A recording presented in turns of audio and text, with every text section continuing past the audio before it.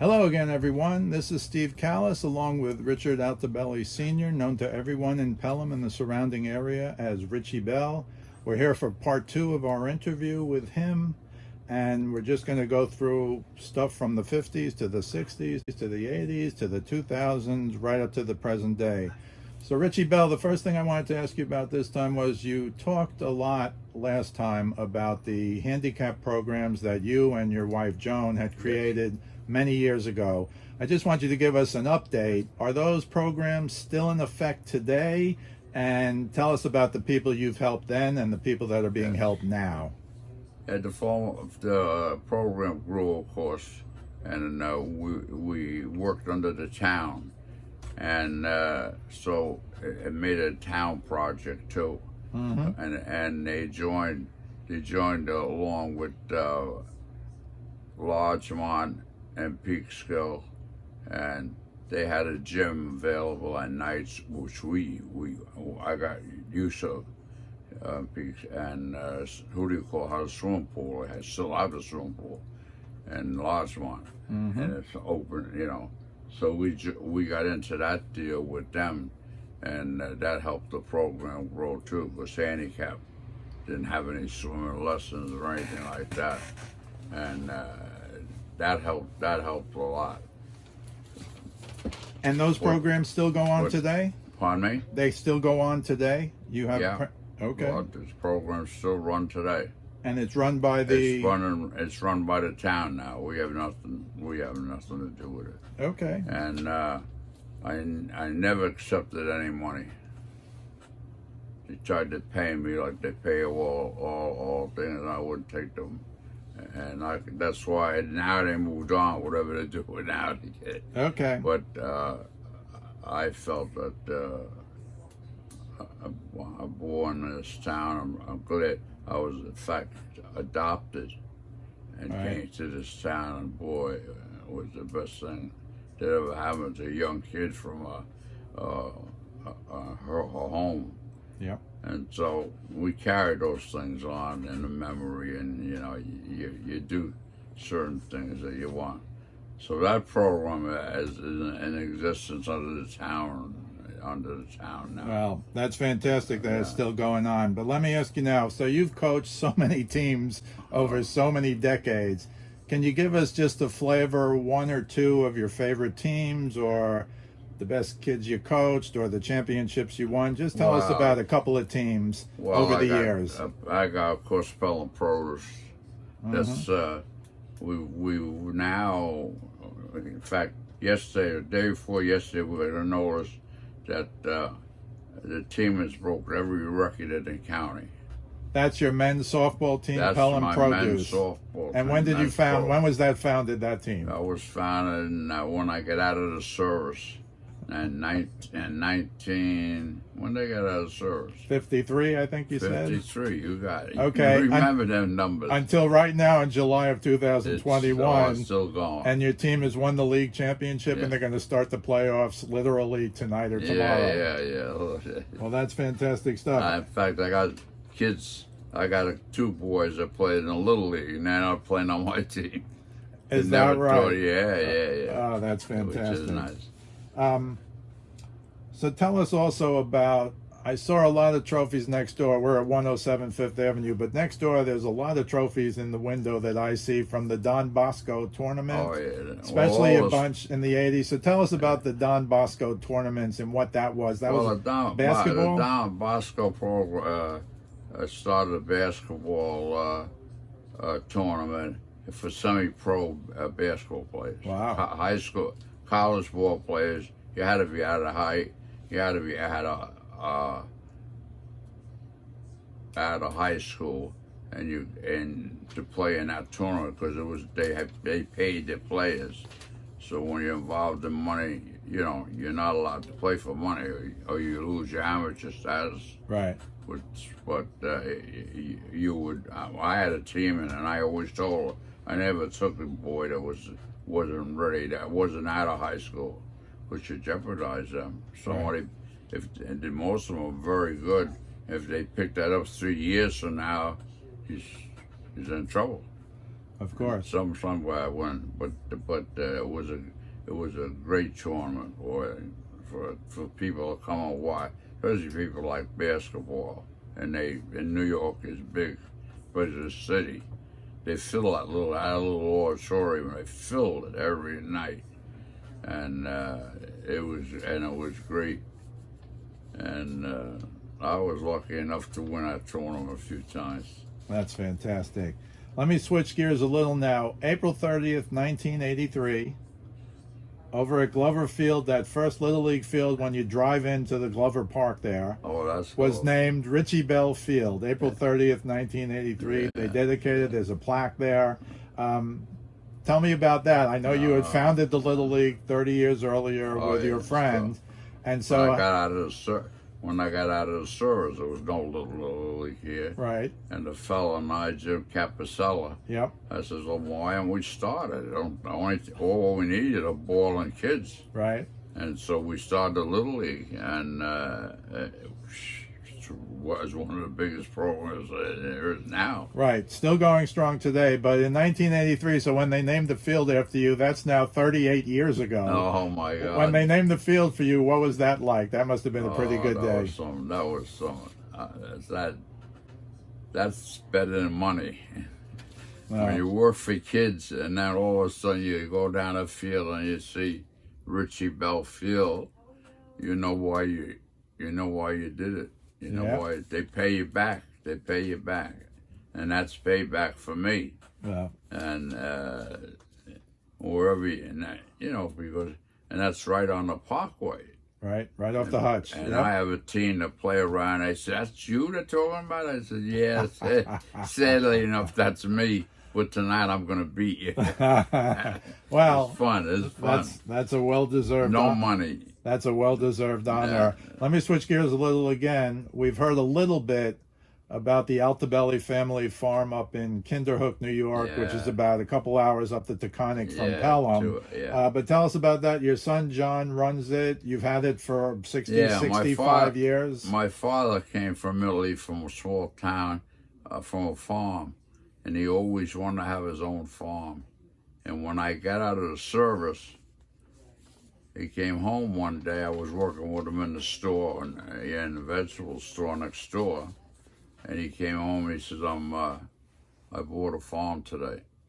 Oh, I said, you did what, Pop? He said, I bought a farm. I'm leaving Tuesday. It's all yours. Take care of everything. Wow. Yeah, and he went and had the farm in Kendall. What a beautiful farm he bought, though. You know, it was at that time it was 180 acres. But now we added to it because my son, we grow so much corn now. Isn't it funny? And but my father, it was such a.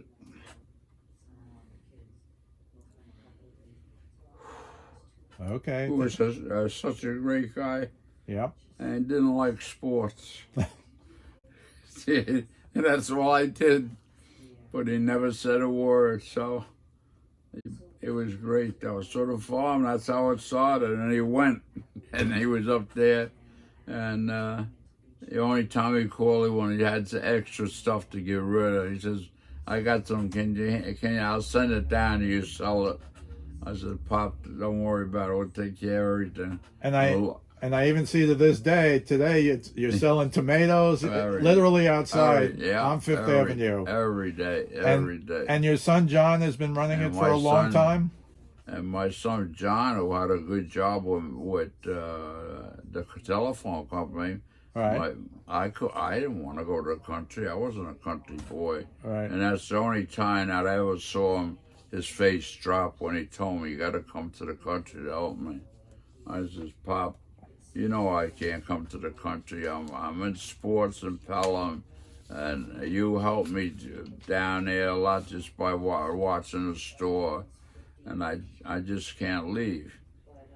So, which I didn't know, he called my son, John, because he said, John, you got to come. I can't handle a farm, which he couldn't.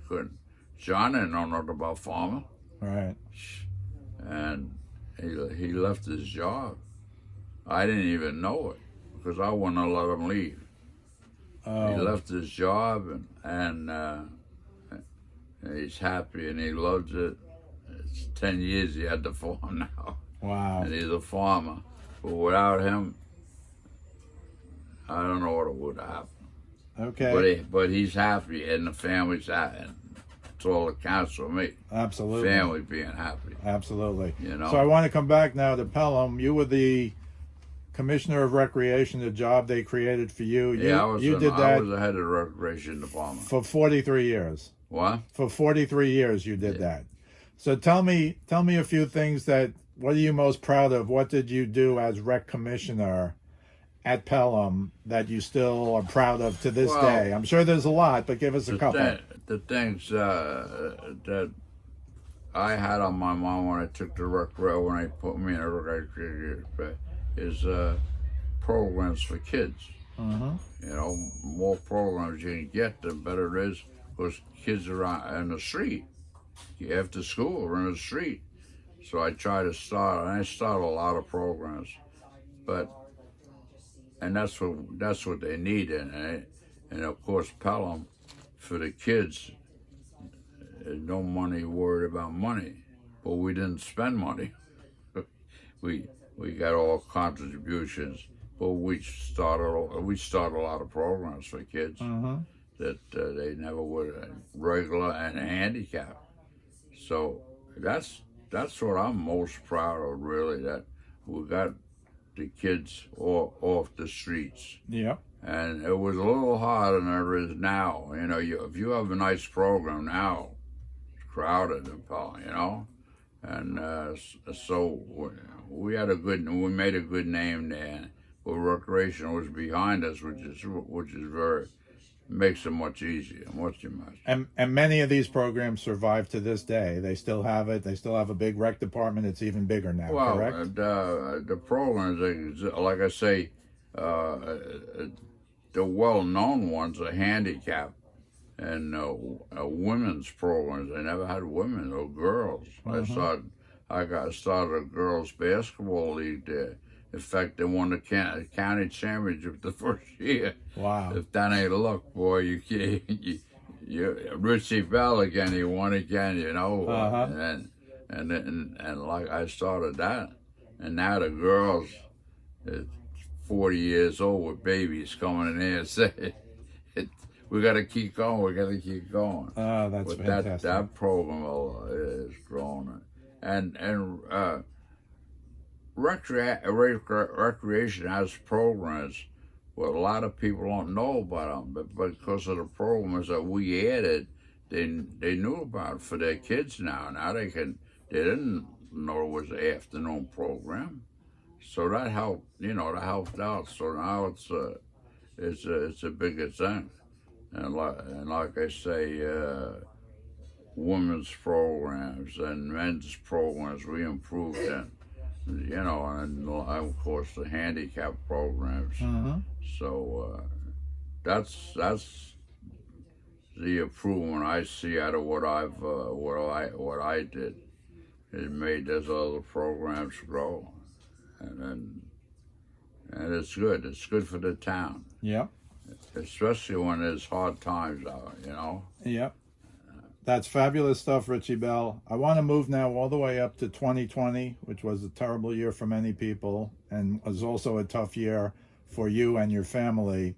So you had a spine injury and you went to White Plains Hospital and you caught COVID in April of 2020, and then you had to go to Wartburg to deal with the COVID. Yeah. Unfortunately, at the same time, your wife, who had cancer, she went into the hospital. And Lois was telling me, your daughter Lois was telling me, until the day she went into the hospital, she was still babysitting. So you were able to beat COVID. You were in Wartburg for 21 days, but unfortunately during that time, your wife Joan passed away from cancer. Yeah. Now I've been told that they had kind of a tribute to her down Oh my God! right down Fifth Avenue, and they took you out of Wartburg to see what it was like. So tell me about that. I guess on the one hand, of course, it was very sad. Wife of 67 years, an incredible woman. on the other hand, you were able to come and see this tribute from the town, kind of.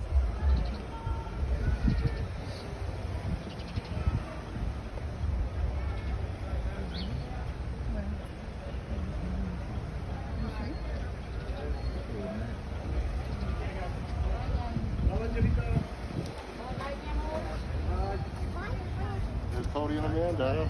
Hi.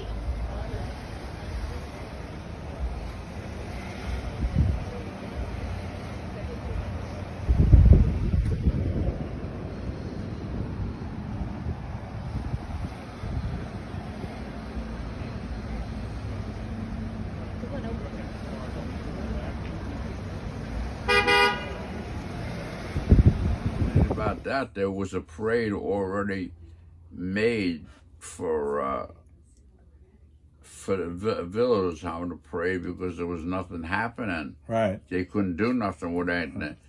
And they happened to start a parade, and the two parades came down 50 together. Wow. Oh, it was so funny. And most of the people got in the parade for JOAN. But I heard about it. And when you saw the parade, you think you were in New York City. I swear to God. It was so funny. And that's how, the two parades ended up together. Unbelievable. That's fantastic. So tell us a little about your wife, Joan. I've heard so many stories. She'd make brownies for her grandson's football team every week.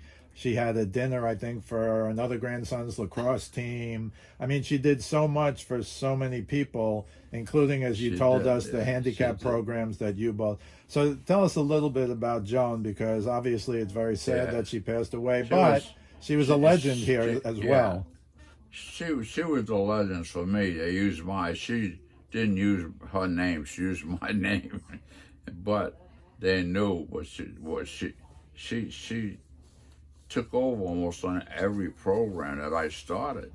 She just fit right into the thing because they were afternoons for a lot of afternoon programs, and I couldn't leave the store. She either had to stay in the store or go with the programs. Yeah. And she loved kids, so that she didn't stay in the store. She went whatever program it was, and the town backed us so big that it was end up as a town program. It was our program, but it was a town program. They took it right over like it was nothing because they saw it was so was growing, something to grow. And the board, they jumped right on us, which was nice. I mean, it really was. And of course, like I said, Joan, she would go find anything. Then St. Catherine's School was around the corner, right? But they had no programs or anything. So she got right into the school thing. Fantastic. Brought the programs over there and stayed in school. It was empty. So she ran programs from there, which was great. I mean, she really was. She was something. So your daughter told me your wife was the class mom for not only her children but her grandchildren. Right. That she helped the Girl Scouts. Oh, that man. She did so many things, especially for the grandchildren. Oh, she couldn't. They were her thing. And she even told me that she took her grandchildren, Raymond, up to the train station just to watch the trains go by. Yeah. And I went, and I said, I'll take them today. And I went to the train station, and when the train stops, I said to Raymond, go in the door and come right back out. Don't you know the door closes?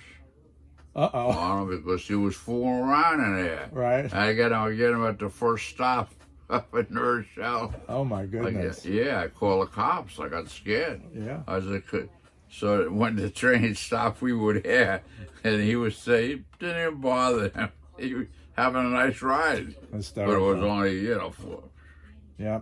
So that was a scary thing. I bet. So finally, on May 7th, you get out of Wartburg after 21 days there. They had a beautiful article in the paper, a picture of you and everybody applauding. But you had a long history with Wartburg. I read where you you had a long history at Wartburg before going in there as a patient, because it said you coached orphans in basketball when they used to have orphans on campus at Wartburg. Yeah. And you still to this day were donating pumpkins and flowers from your farm in Kinderhook. Yeah. So you really knew them before you had Yeah. to go there. Yeah. And obviously they took good care of you and you came out okay. Oh. Knock on wood. We've covered a lot of ground. Is there any final thoughts you want to give us about you, your family, Pelham, to just kind of wrap everything up? I know it's hard to wrap up 90 years, but say whatever you'd like to say. I like to say Pelham is Richie Bell, because like I said, I did the things. I couldn't pass the test to be a gym teacher. I was so sad about that, boy. I tell you, it wasn't that hard, but I just wasn't smart with numbers and things. And I'm thankful that there was such a thing as recreation, because it carried my name, and my name made my name big, and I got paid back for having a field named after me. Who would have a field, Yep. I wore quite a store sometimes. They said, "There's Richie Bell. We played on this field." Where you gonna get that? Makes you cry. Where you gonna get that from? From a guy that did something that he really loved, and he couldn't do professionally because he wasn't smart enough. But everything really came out for him, boy. So it's not a sad thing. It really isn't. Well, that's fantastic stuff. As a person, I can never forget it. I'll tell you that. Well, you're a living legend in Pelham. We were up in Portchester, and my daughter there, her and I went out to eat, and we were going to a restaurant. Yep. And there was a table full of fellas there from there, and they said, "There's Richie Bell. You know how great he is from Portchester." Well, it's all over. It's all over Westchester. It's all over, lads. I mean, it just travels, and you try not to do anything wrong, because you have not only a name of your own. That name is not yours anymore. So if you do something really bad, you can get into trouble in a minute nowadays. You know that. Yep. So you got to really, and I teach that to my daughter, who was out of this world. So I got paid back. That's all I know. That's all I can say to myself. You can't beat the kids. Richie Bell, this has been fantastic stuff. This is Steve KALLAS along with living legend Richie Bell, 90 years young. We're on 5th Avenue in Pelham for part 2 of the Richie Bell story. We'll see you the next time.